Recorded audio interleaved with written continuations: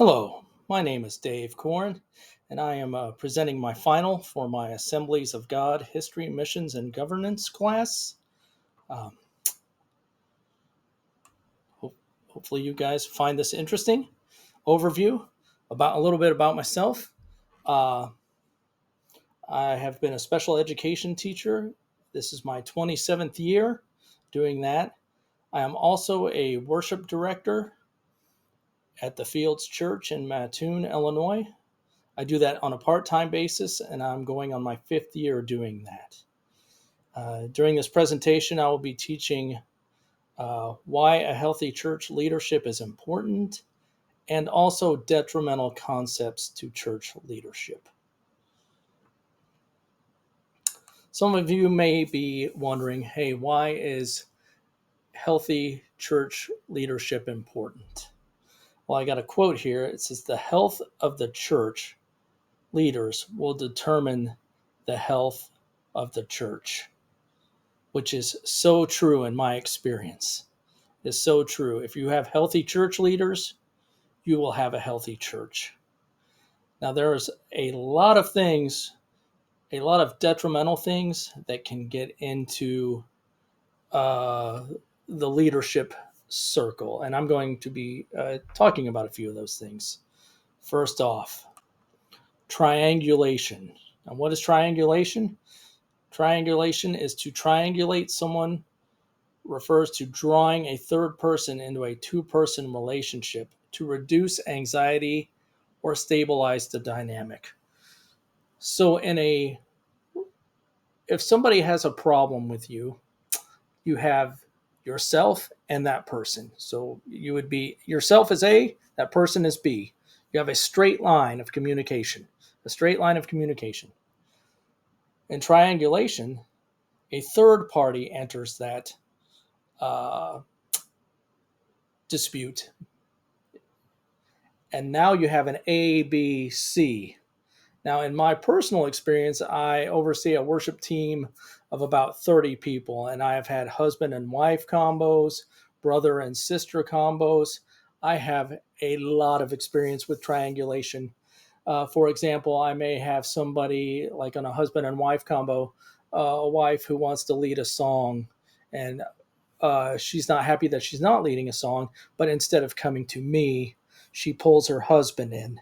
Now we have an A, B, C, um, which is super difficult to work with and to work around.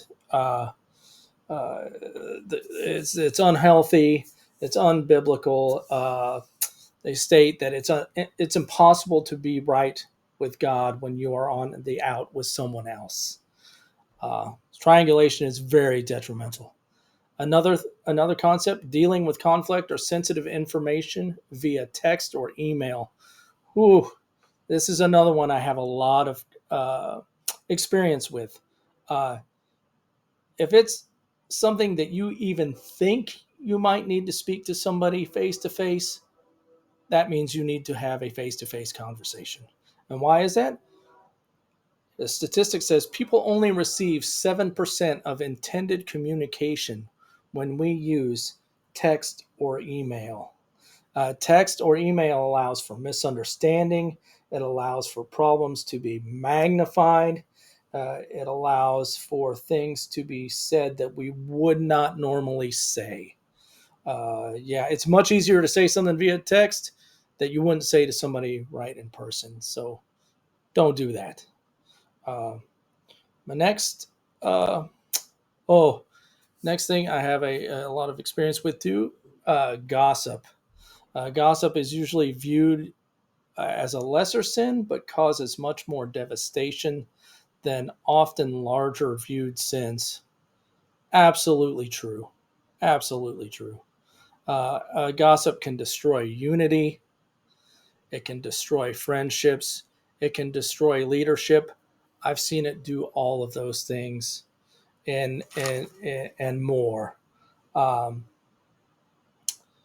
I like this quote: "The mouth speaks what the heart is full of." That was convicting to me myself. Uh, This is a great quote. Uh, when dealing with gossip, you have to commit to confront it and then quit it. Uh, so true, so true. Um, and then I got a great Bible verse in conclusion. uh, Matthew 18:15. If your brother or sister sins against you, go and point out their fault, just between the two of you. If they listen to you, you have won them over. It is always better to go straight to the source, straight to that person. Don't triangulate, don't gossip, and don't email or text them if it's very important. That is my presentation. I hope you have enjoyed it. Thank you.